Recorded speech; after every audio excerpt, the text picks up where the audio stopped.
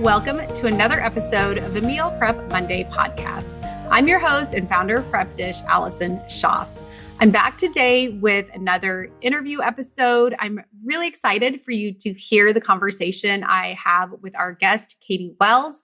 When someone on Katy's team reached out to me about having her on, we're actually doing a podcast swap. So I'm going to be on her podcast as well. I was thrilled when I started looking at her content. She talks about decluttering, staying organized, and I just knew it was going to be a great conversation, and it was. I'm really excited for y'all to listen in.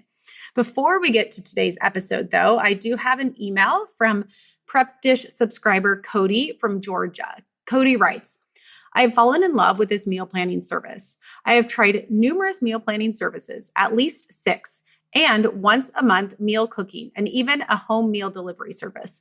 Nothing compares to what you gals have created. Keep up the great work, and thanks for helping to make the world a healthier place. Cody, thank you so much for sharing. I love that you found the perfect fit with Prep Dish. If you are listening to this and have not tried out our meal plans, we have a 2-week free trial. So no risk, just try us out for 2 weeks and see if we are a fit for you like we are for Cody. That can be found at prepdish.com/MPM, short for Meal Prep Monday. If you're listening on the podcast, that is in your show notes. If you are watching on YouTube, then you can look in the description for that link. Okay, let's get on to the episode with Katy Wells. Hi, Katy. Thank you so much for coming. I'm really excited to talk about minimalizing on today's podcast. Before we jump in, though, can you just give the listeners a little bit of your background? Absolutely. Thanks for having me. I live, eat, and breathe decluttering. I love all aspects of simplifying, which is why I'm so excited to be on your show and hang out with your listeners, because decluttering ultimately was the catalyst that changed my life in a whole host of ways. Not long ago, I was a depressed, anxious, stressed out, overwhelmed, just mom in the thick of it. And yes, part of that had to do with the season of life, 2 kids under 2, busy working out of the house, full-time working mom, all the things, right? And there is something to be said about that seasonalness that contributes to a lot of those things I mentioned. But what I didn't realize at the time was that our physical environments influence our internal environments, our thoughts, our emotions, our feelings, our choices, our behaviors. And, when I came home after a long day at work and I was so eager and excited to see my babies, I was greeted with piles of junk, toys on the floor, stuffed animals out the wazoo, toys, sippy cups, you name it, right? Mm-hmm. And instead of coming home to a relaxing environment that could support me and kind of nurture me at the end of a stressful, busy work day, I was, got spiraled into more stress, and I lost my patience on my kids, and I was just not showing up as the mom and human and wife I wanted to be. And decluttering really changed all that. I mean, I'm so much happier, more joyful, have more time and energy. My stress and anxiety, I mean, I hate to say it, I don't want to say they're gone because I don't like sugarcoat things for people, but it was incredible for me to experience the transition and really see how much clutter was impacting me on a minute by minute basis. And, now there have been so many studies that are out there that show that, hey, it's not just me, it's everyone, right? Especially yes. Mom and women. So excited to bring this topic to your listeners and see how we can help them simplify their lives too. Great. Yeah, no, I'm excited to get into it. I definitely am one that tries to live with as little as possible when it comes to the clutter, and really streamlining and being intentional on what's brought into the household and when things are brought in, also taking things out, but excited to hear more about how you recommend doing that. So when it came to decluttering, is it like a constant, like a weekly or daily habit? Is it like every, quarter you just do a big like overhaul, all of the above? Like, what do you find is the best way to kind of stay on top of it, especially with the little kids around?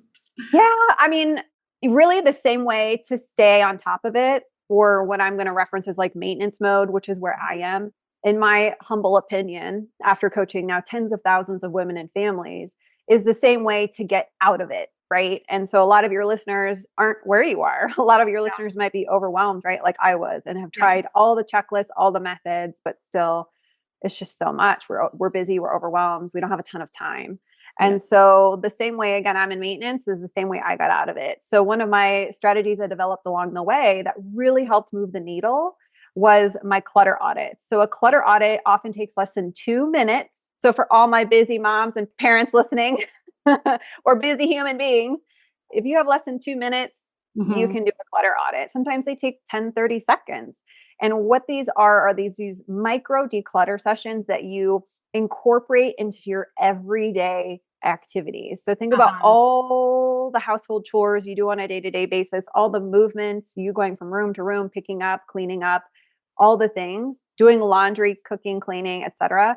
These are all opportunities where we can weave in a really quick clutter audit. Yes. So as we're putting the dishes away, go take a second and go, you know what? Those 3 coffee mugs shoved in the back of that cabinet have a 1/4 inch of dust on them. I don't need those. And then you can add them to a donation bin. So a donation bin is really another kind of secret strategy that helps clutter audits be more effective, because when we're doing these little bits and grabbing things throughout our day, we need a really quick, accessible, visible spot to put them. Now, you mentioned earlier, possibly before you hit record, it feels like you have a permanent kind of box living in your house to take to Goodwill, which is incredible. So you have a built-in donation bin. These are amazing because, again, these help create opportunities in our minds to declutter now, not later. Because think about all the opportunities again. Oh, I don't need that. Oh, that's clutter. We go about our day, but our brain goes, oh, we don't have time. We don't have time for a declutter session. We don't have time for that. We'll save it for the weekend. I'm not decluttering on my weekend. We have other things that are more fun that we want to do. And so the clutter builds and our stress right along with it. So again, I recommend having at least one main bin. It can be a bag. It doesn't have to be pretty. Go use an empty Amazon box that you haven't broken down yet. Put it somewhere visible and accessible. If you have a multi-level home, or if you're a parent, I highly recommend you have one on each level of your home, because that way you don't have to run downstairs when you want to add something to it. And from the laundry perspective, I have kids, they're growing like weeds. The second something comes out of my dryer and I recognize, oh, you know what? That was about 3 inches. These pants are 3 inches too short on Levi. Instead of just saying, I'll wait till I have time to declutter, just do it, or putting them back in his dresser, boom, right into the donation bin. The second that one's full, a couple weeks or a month or 2 later, I take it to my main one. And it has been a game changer. So again, the same strategy is how I unburied myself from clutter, and I'm staying out of clutter. So what age are your kids right now? They are 8 and 9. So do they go back into the donation bin, or do you have do you keep it out of their eyesight, or they just know not to go in there? Because I have the donation bin at any time, but they tend to find it and then everything comes back out. And all of a sudden it's like, oh, here's that thing I didn't care about for the past year. And now I care about it again. Distance makes the heart grow fonder, or the other one, one man's trash is another man's treasure, right? That's so true. So for our main donation bin that mostly me and my husband use, it's in our garage. There's no lid on it to make it easily accessible so we can plop stuff on it, but it's positioned back. There's a shelf right above it. So my kids can't necessarily see in there. When they were itty bitty, 2, 3, 4, and I didn't want that to be an issue, put a lid on. But now that they're older, so a few years ago, I implemented donation bins into their bedrooms. Once they got more used to the declutter process and understood that concept, which is a big concept for kids to understand, right? And that has been incredibly valuable to see, because I check in their rooms. The donation bins live in their closet, and they know once a week when they tidy up their room, I tell them to take a lap. That's my acronym. Look around, assess, and put it away. Clutter goes into the donation bin. Expected mess, clean clothes, toys get put back where they live, and trash goes in the garbage can, right? So that's LAP, look around, assess, decide what it is, and then P, put it away. And so every few weeks I pop in, look, and there's always stuff in there. And guess what? There's no crying. They made the decision. And sometimes there's not stuff in there, even though I might look in the room and go, that's clutter. I would totally get rid of that. But this is part of that life skill, this empowerment. This is helping them learn, which is incredibly valuable. And they'll continue to become more effective as they get older, as we tend to as well, with more practice. No, I love how you've just built it in as hey, this is part of our family. This is what we do as a family. This is part of kind of our lifestyle almost. So that's awesome, because I'm always, It's like with kids, you're really realizing how becoming a lot more intentional with things and like, oh, this is the way I want to do things. And we should all do things this way. So that's really cool. So do you have any other kind of easy, like things people can be thinking about if they want to incorporate this like decluttering into their day-to-day lives besides the donation bin? Yeah. So clutter audits are a fantastic way. Expected mess is, so I always teach people these are two very different things. Clutter is the excess, the broken, the unneeded, that, all like we all know what clutter is, right? It's sitting over here. Expected mess is something completely different. This is mess that happens from everyday life. No house escapes expected mess.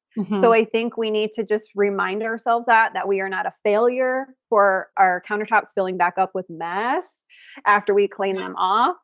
It is not a reflection that we are a bad parent, bad mom, or failure in life, contrary to what culture teaches us, right? And so clutter audits are a solution for clutter, not reorganize it, not go to Target and buy a new bin to put it in, not procrastinate. And then expected mess are my solution are resets. So a lot of us organically do these in the kitchen anyway, right? Essentially a reset is where you reset the space back to what I say is baseline tidiness level. Typically after an activity. So after a meal, we clean up the kitchen, right? Countertops, dishes put away. In a nutshell, most of us do this at least after dinner.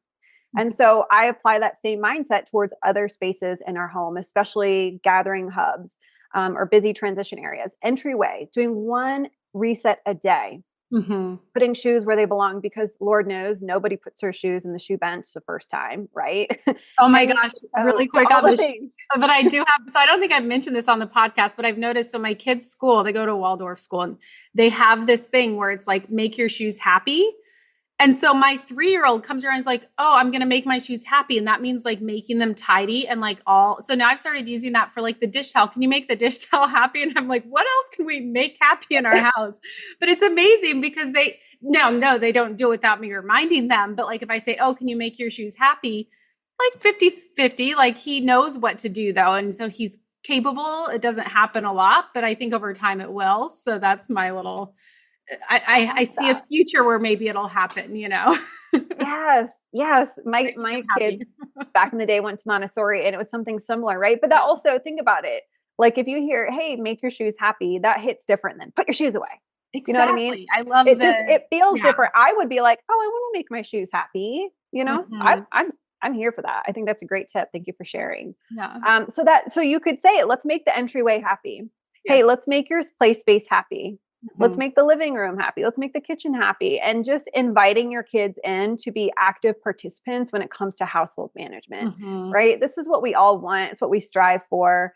But, some kids, sometimes it's hard to get them involved because we need to give them more of the how too. So again, teaching them how to do a reset, teach them the lap method, teach them a clutter audit. What is clutter? And I think another key that we don't talk about is it's ongoing conversation. It's ongoing check-ins. It's ongoing reminders. There is not one kid that learns how to clean the room and just does it forever and you never have to remind them. I mean, very rarely does that happen. But for some reason, that tends to be our expectation as parents because they know how to do it. Yeah.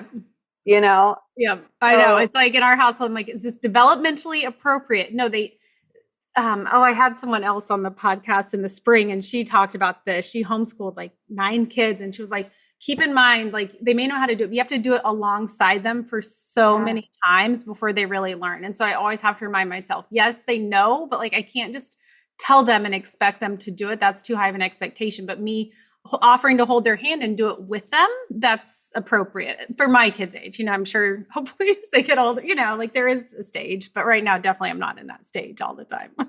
Yeah. And then there's moments where we need to revisit, there might be where I do see clutter build and I need to remind Levi. Levi's my collector. He can't take a walk without filling his pockets with rocks and sticks that are all very meaningful and sentimental to him. Right.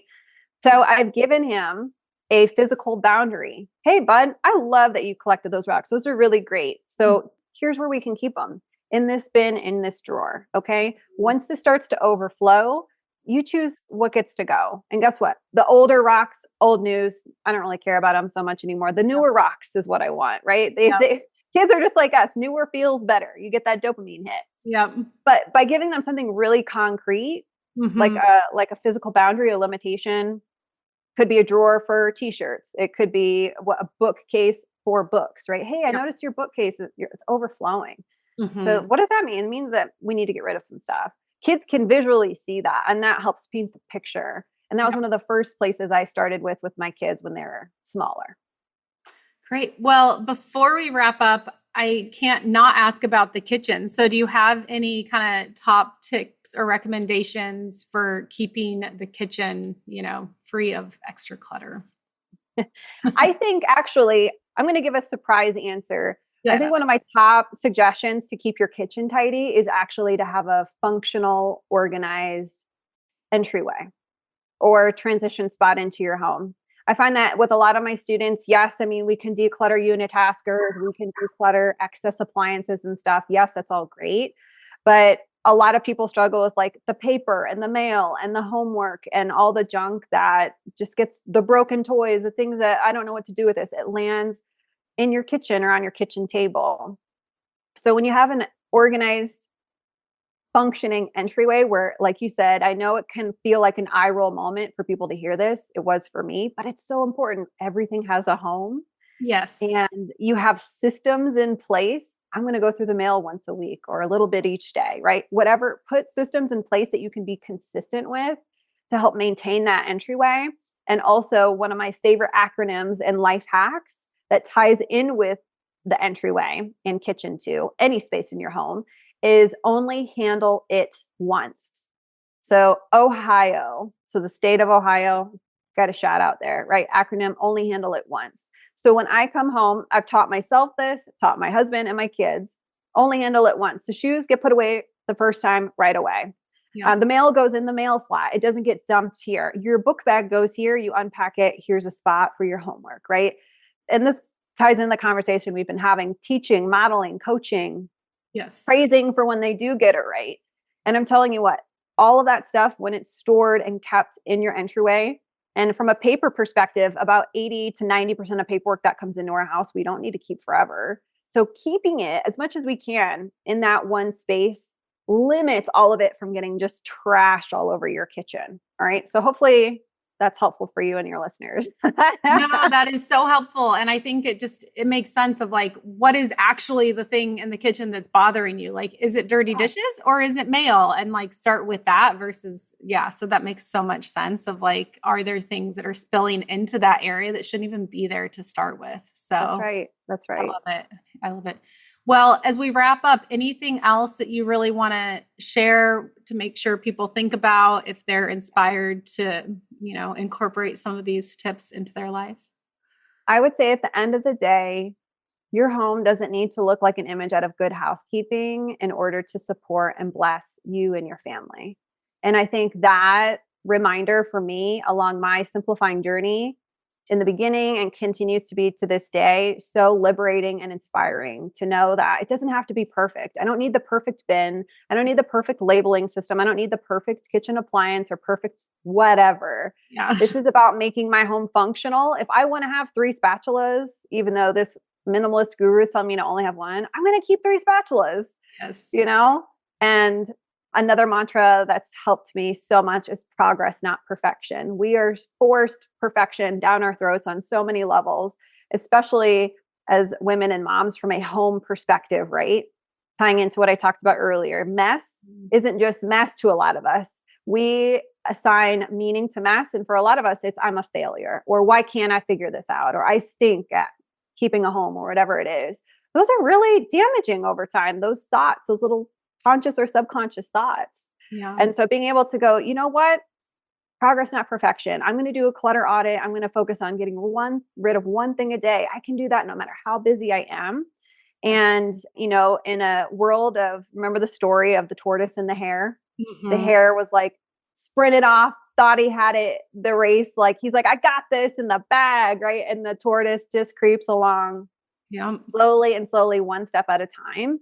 Yep. Right. We're kind of fed this hare story. Like this is the way to do it. If you're going to declutter, you got to do marathons. You got to hire a nanny. You got to quit your job to make progress. It's not true. Yeah. I am the tortoise in the world of hares or wannabe hares who end up losing the race, by the way. It's not sustainable. Be a tortoise, do your clutter audits, do as you can, work it into your lifestyle, integrate it into your routines, and you will be so much further along than you were last week, last month, last year. Mm-hmm. I love it. I love it. I could keep talking to you for literally hours. This is so my jam. I love all of this. If people want to hear more, because I know if they want to continue listening, you've got a podcast, an Instagram account, let people know where they can find you. Yeah, come hang out on the show. Maximized Minimalist episodes are out every Wednesday. And then I'm on Instagram as well under my full name, Katy Joy Wells. Katy, thank you so much. Appreciate you coming on. Thanks, Allison. Thank you, Katy, for coming on the podcast today. I really enjoyed our conversation. I feel like I could have kept talking, and I know that our listeners are going to get a lot out of the information from today. A quick reminder that if you want to try out the Prep Dish meal plans, we do have that 2-week free trial set up for you at prepdish.com/MPM. And that's all I have for this week. We'll be back again next Monday with another episode.